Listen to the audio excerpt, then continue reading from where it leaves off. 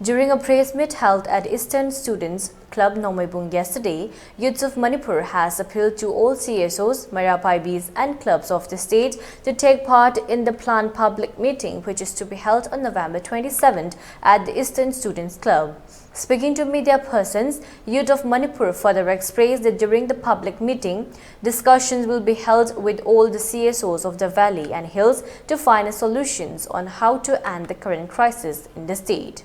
Youth of Manipur has further expressed that members of Arambai Tengol and Maitelipun shall also participate in the one-day's public meeting. Civil society organizations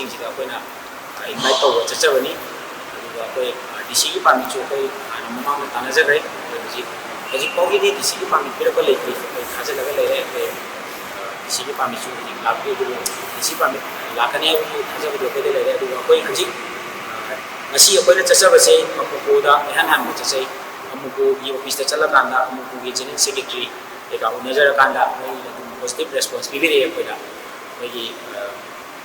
sedana stop ya gani habigi duga mathang da apoy student organization gi aims ta apoy chala ga wakatin da leba office ta chala kanda apoy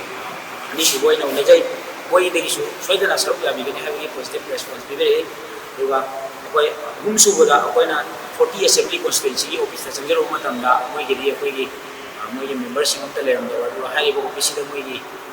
office oiram bodo temporary when oiram ni gi leitre hai na